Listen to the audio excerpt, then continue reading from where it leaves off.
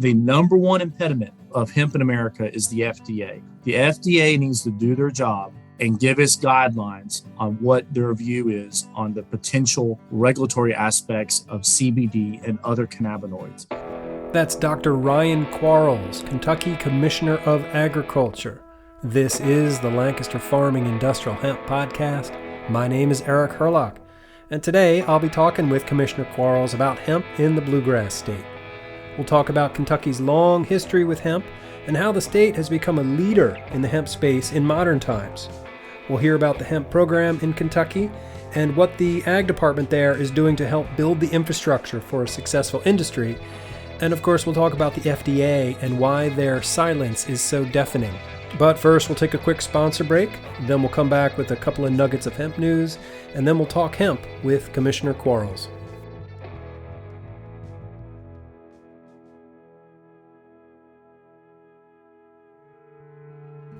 This episode is brought to you in part by IND Hemp in Fort Benton, Montana, where their mission is to provide innovative agricultural products and services to connect American farmers with the pioneers and businesses that see hemp as a way to bring real and lasting change to our communities and planet. IND Hemp.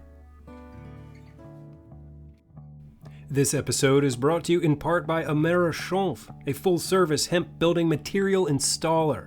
Committed to being mindful of environmental impacts and supporting local economies, Americhanf is the leading U.S. hempcrete installer, specializing in the e-Reezy spray-applied system.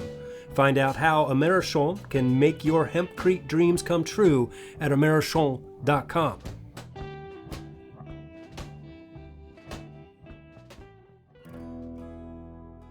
All right, welcome back. We've got a couple of news nuggets here for you this second week of November 2022. This first story comes to us out of Detroit, Michigan, and it's about some folks that we had on the show a few months ago, Heartland Industries. Remember them? Anyway, the story says that Heartland has completed its life cycle assessment to determine the carbon footprint of Imperium filler from cradle to grave. This research shows that every 1 kilogram of Imperium filler removes 3 kilograms of CO2e. Heartland's LCA was completed by Presidio Graduate School and Stefan Unash, Managing Director of Life Cycle Associates. The research studied Heartland's Imperium filler as a replacement for mineral fillers commonly used in plastics. Specifically, the LCA quantifies filling plastic with 20% Imperium filler to replace talc and calcium carbonate, two commonly used plastic additives.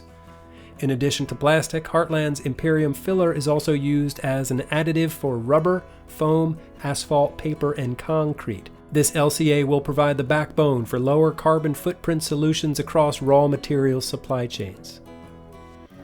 Okay, this next story comes to us from Cannabis Business Times, and it says that the National Industrial Hemp Council urges FDA to approve hemp seed for animal feed.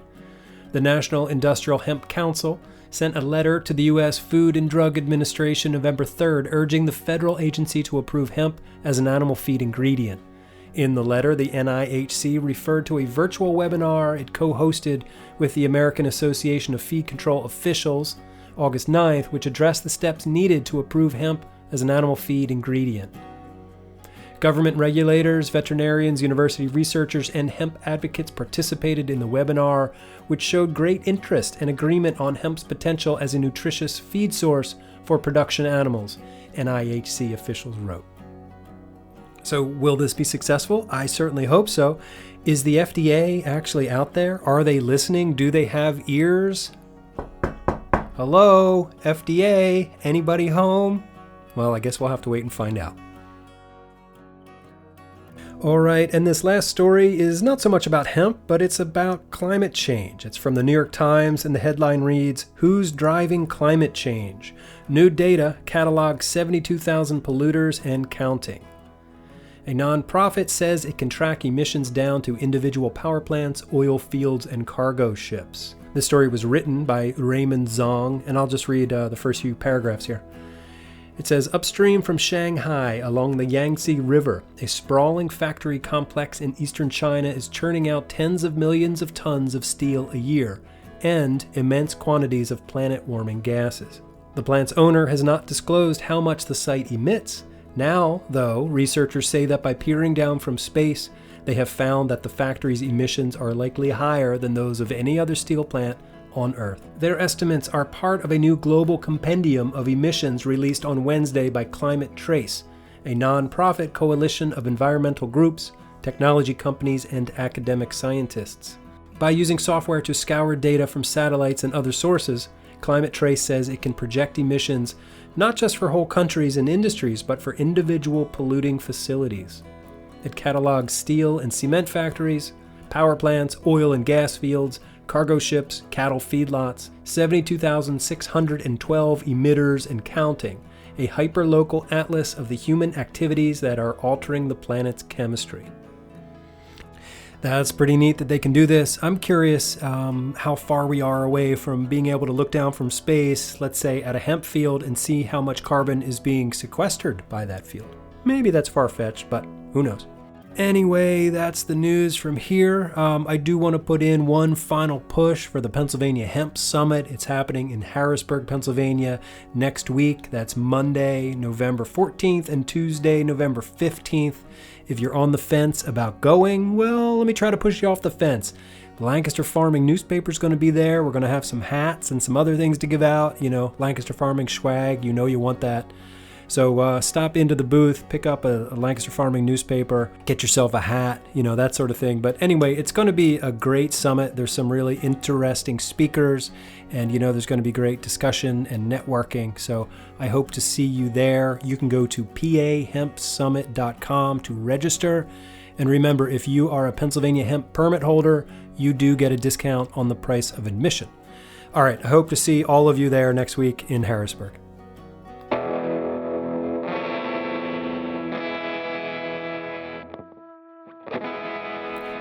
Dr. Ryan Quarles, Commissioner of Agriculture for the Commonwealth of Kentucky. Welcome to the Lancaster Farming Industrial Hemp Podcast. It's an honor to have you on our show today. How are you doing? Thanks for having me. You know, it's fall across Kentucky, and I'm really excited because it's football season, basketball season, and deer season as well. But we're wrapping up our harvest right now in Kentucky.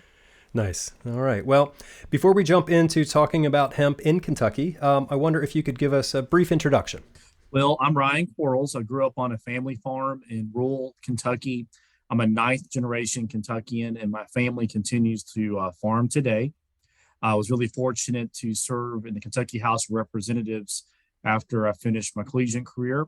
And then since 2016, I've served as Kentucky's Commissioner of Agriculture, which is an elected position in my state. And I'm finishing up my second and final term on the job. All right, great. So Kentucky has been a leader in the hemp space pretty much right out of the gate since the 2014 Farm Bill. Can you talk about the Kentucky hemp program and sort of what sets the Commonwealth apart from, you know, other states in the union? Yeah, Kentucky was an early leader on hemp because we were the hemp state historically. Henry Clay, perhaps one of our most famous statesmen, grew hemp here in Kentucky and advocated for its use while he served in his capacity in Washington, D.C.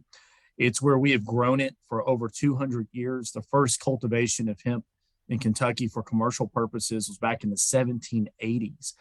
And so a lot of farm families have hemp background, and the vestiges of hemp, you don't have to look very far to see the fingerprints of what used to be a big cash crop. And so when we started to bring it back, both in the state legislative capacity when I was a state legislator, then with the 2014 very narrow research exemption, and then again in the 2018 Farm Bill, which legalized it, Kentucky was poised to be in the center of that conversation, mainly due to our historical ties with the crop. And my family used to grow it. In fact, we grew it when my grandfather served as a Marine in World War II. His family grew hemp to help out the war effort. So a lot of people here not only have hemp backgrounds, but there's also a lot of hemp processing plants that were located in central Kentucky that have been mothballed over the years, but a lot of folks remember. Can you talk about your role in helping to steer and shape the industry in Kentucky? Well, first off, it's always a team effort. We have dedicated folks that are experts on this, but for me, I think the number one issue with hemp on the early days was just the education of what hemp is and what hemp is not. And so for a lot of us in the agriculture sphere, we knew that it was an industrial crop primarily used for its fiber and grain production. And so when we talk about hemp, we look at it through the lens of agriculture, growing a crop that was turned into textiles and hemp seed and hemp oil. And then CBD and the cannabinoids came later. But the number one thing we did was educate people what hemp was and separated it from its illicit cousin. And so that was number one. Number two is that the hemp community was eager for a framework because we knew if we're going to bring this crop back from the dead, we needed to have a legal framework that was user friendly, that involved law enforcement, but also allowed people who want to grow it or process it an opportunity to take that risk, become an entrepreneur, and enter that sphere. So we knew that we had to set up a legal framework. And that's where I think we've been referenced the most, we've been replicated the most across the country, because I think we were really the first state, in my opinion, that really got a legal framework that passed through our General Assembly, that our agriculture community adopted, that our hemp community, both growers and processors, said, yeah, this makes sense. We need some tweaks here, changes there. But we were really the first state to really put something on paper that worked. So we all know about the CBD boom and bust. And I think Kentucky sort of rode that boom pretty well. And then the bust was pretty big too. Do you think your farmers have recovered from that? Well, when we first started the hemp program back in 14 and again in 15, CBD was a very small part of it. And then it took off very quickly. And so what happened was not just a Kentucky issue, but it happened nationwide. A lot of states went heavy on CBD and cannabinoids. So here in Kentucky, every applicant, regardless if you're growing it or processing it, went through an orientation through my office where we explained the risk of a new crop, some would say experimental crop, and the fact that the markets had not matured. And so we advised everybody to not invest more than what they're willing to lose, take it small, and also realize that the FDA is yet to kind of give us their opinion on this, that we have local health rules that need to be followed, et cetera, et cetera. And so we feel that on the front end, we educated our growers and processors about the financial risks of this crop. To answer your question, we kind of a mixed bag. That we've had some folks make money in hemp. We have people this year in 2022 making profits, growing hemp and processing it. We have a category of folks that are breaking even. And of course, we do have farmers that lost money as well. And we're very sensitive towards that issue. But also, I believe that when the CBD market took off, a lot of folks may not have realized that other states were doing this as well, and that there was an overproduction issue in the United States. Right. Are you seeing more interest in grain and fiber? We still see somewhat steady interest, particularly in fiber. We have two companies in Kentucky that I think have a lot of promise. One is Hempwood. They're actually making hardwood floors out of hemp stalks, and they're using soybean oil as the adhesive. So it's a 100% green wood product. Another company is called Ecofiber, and they're extracting the carbon out of hemp and they're adding it to paint and other adhesives, and they're making product lines that a lot of Americans are probably familiar with. And then, of course, what we want is a large-scale processing plant that makes the textiles. We're thinking back the historic purpose of hemp, ropes, sails, canvases, etc. We'd like to see it eventually move in to replace plastics, perhaps in our automotive industry. We've had people make concrete out of hemp using an ancient formula. And so we know that potential is there. It's just that no large-scale processing plant is located to specialize in that. But we do have some that I think are really making some progress. Good. Actually, my next question was processing seems to be the big bottleneck in the industry. What is your Department of Agriculture doing to help develop that processing infrastructure in Kentucky?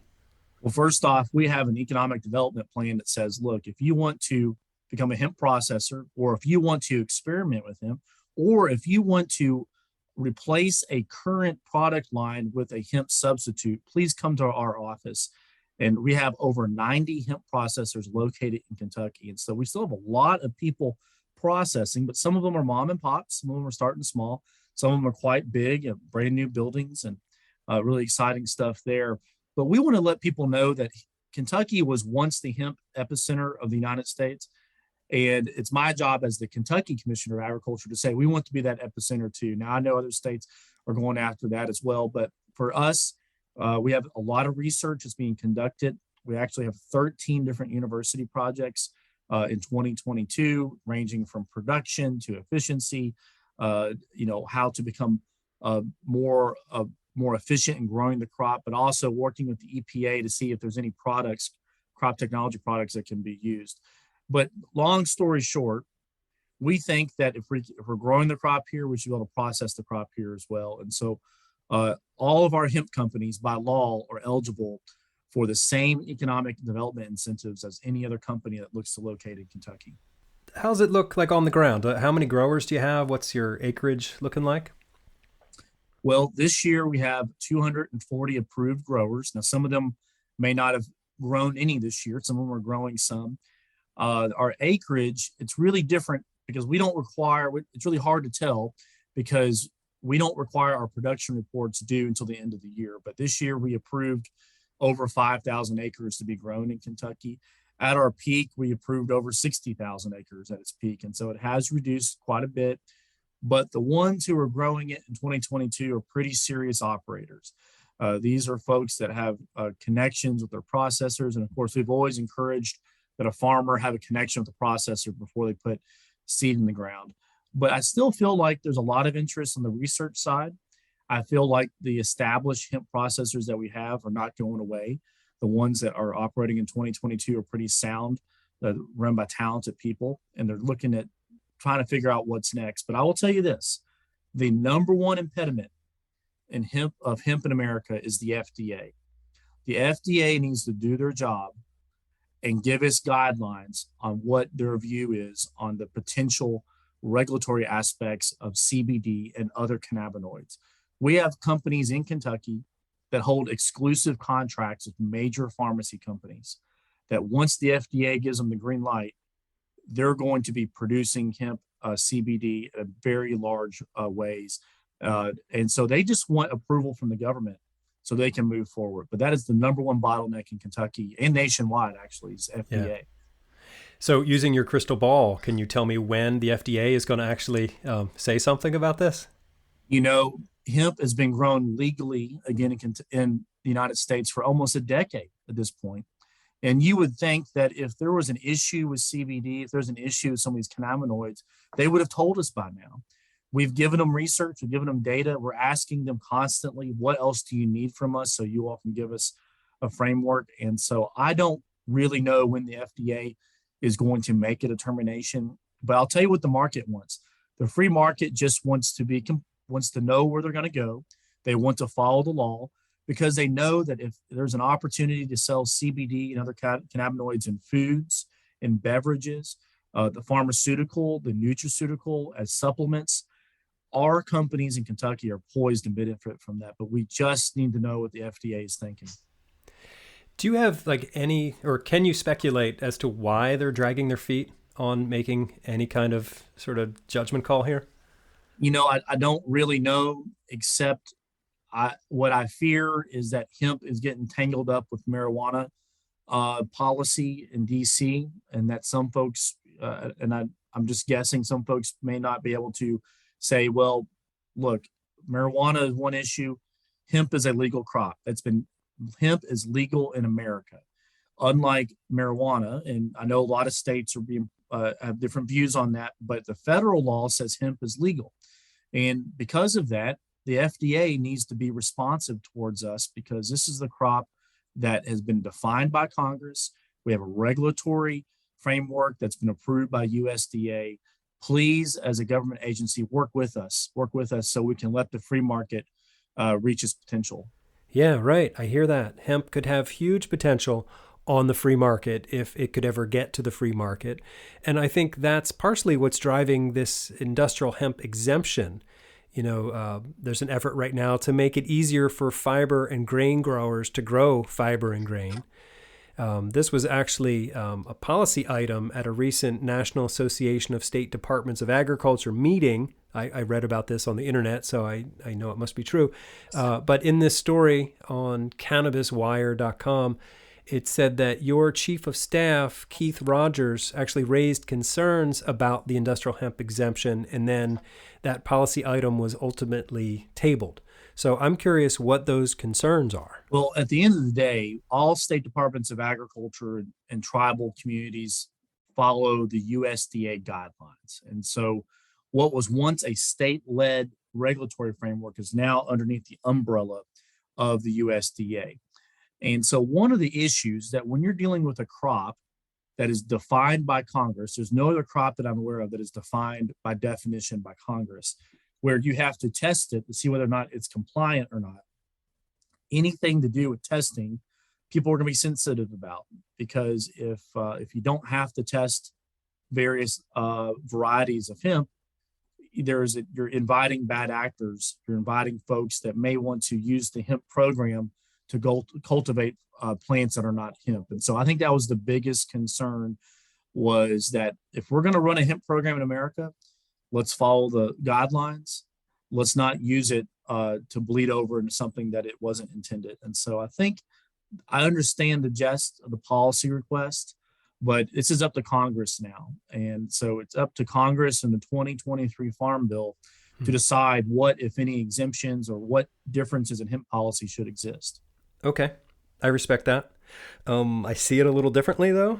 I mean, I think it would be a whole lot easier for the bad actors to grow marijuana by pretending to grow CBD hemp than it would be for fiber and grain, because the crops just look so completely different when you see them in the field.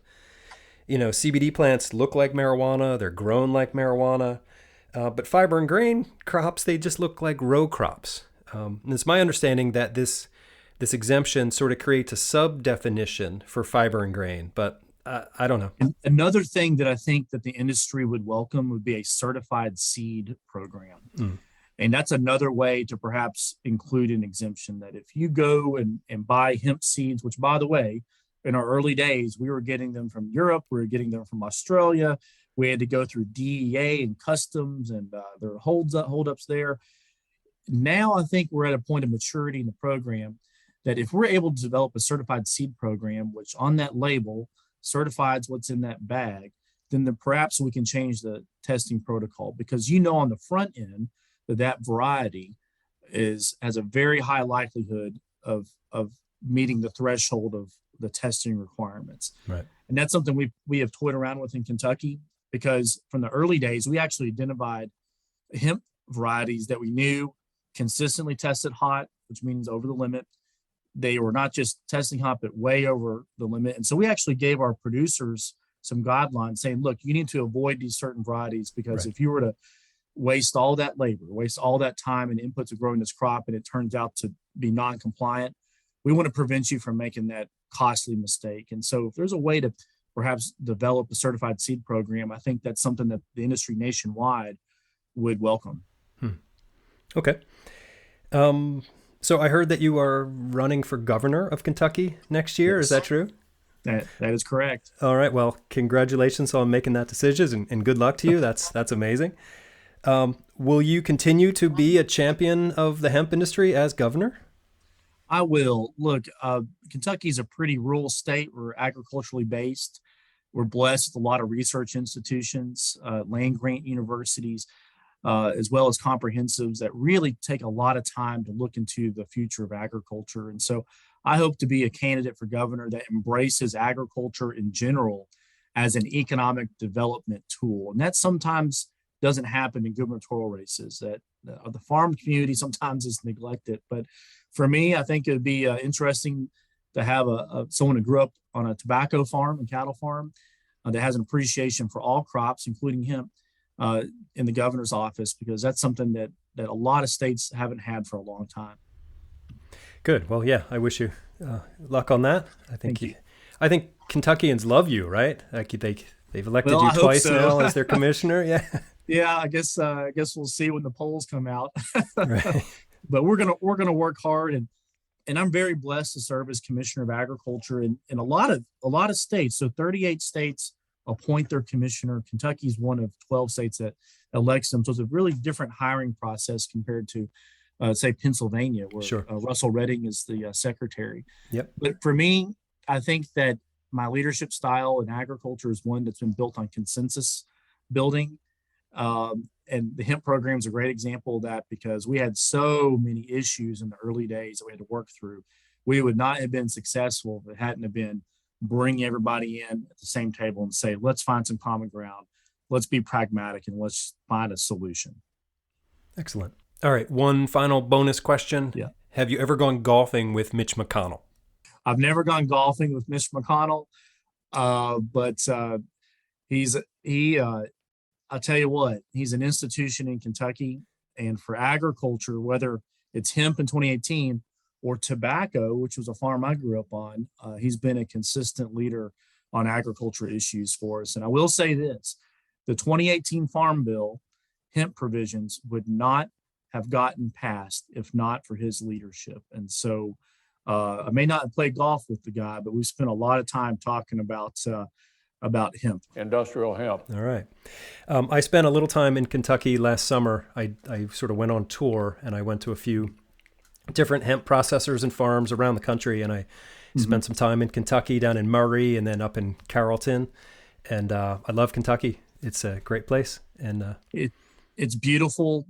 I love it as my home. And there are parts of Kentucky that look like rural Pennsylvania as well. Yes, so, indeed. Yep. especially the Appalachia area. But one thing a final comment here is that I'm just really blessed to have grown up on a farm.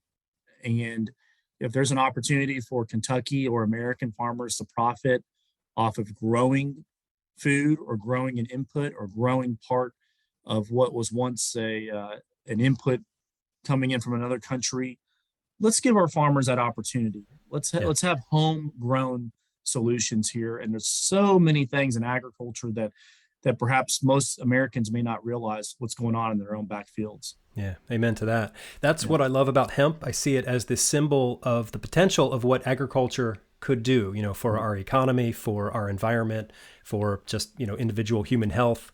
A lot going on here. So, and if we could really unlock the textile and seed parts of the hemp plant as well in a very real way, at one point we were working with Patagonia with hemp fiber. If we could really do that, I think it would really change the way people view hemp. And of course, not to bring it back up, if the FDA can just give us some clarification on the cannabinoid side, I think the future of hemp would be a little bit brighter. Yeah. Well, to your point there, that's what I think that exemption would be a great way to sort of split the industrial from the cannabinoid stuff. If these fiber and grain growers could just get that regulation out of the way and focus on these crops, you don't need a permit to grow corn. And, right. Our farmers are going to grow great crops of hemp. But I feel like they feel burdened with that. And I don't know. And that's one thing about the American farmers is that if we can grow it, we're going to grow it well, and probably better than anyone else in the world. All right. Well, Commissioner Quarles, thank you so much for your time today. It's a pleasure talking to you. Thank you so much. All right. There you go. That's it. Here we are at the end of the show. I hope you enjoyed it. Remember, I will put links to those news stories on the show page for this episode at lancasterfarming.com, including links to the Kentucky Department of Agriculture's hemp program, where you can learn more about growing hemp in the bluegrass state. Anyway, my name is Eric Herlock. I am the digital editor at Lancaster Farming Newspaper, the greatest agricultural newspaper in the world. Check us out online at lancasterfarming.com. Get yourself a subscription, sign up for our newsletters, all those things. And if you want to get in touch with me, you can always send an email to podcast@lancasterfarming.com. Oh, and that reminds me, just earlier this week, I got an email from a listener by the name of Melinda, and she says, "Hi, Mr. Herlock. I just have to express my appreciation for your hemp podcast. We are small-time producers of hemp for CBD products, and as I perform the tedious task of trimming the dried hemp each day, I listen to your podcast, and it is opening my eyes to the wonderful world of hemp beyond the CBD application. What moved me to write to you today was the August 17th, 2022 episode, Congress Examines USDA Hemp Program. The way you edited the congressional hearing to extract the juice and feed us nothing but that really good stuff and save us from all the folderol in between was nothing short of a blessing, a truly wonderful work. Well, thank you, Melinda. I am really thankful that I get to make this show in the first place, and that people are listening to it and getting something from it really just makes it worthwhile for me. I do want to admit that I had to look up the word foldero, which means trivial or nonsensical fuss. So yeah, there's a lot of trivial, nonsensical fuss in those government hearings. Anyway, that does it for me. Hopefully I'll see you at the Pennsylvania Hemp Summit next week in Harrisburg, and otherwise I will see you in the newspaper.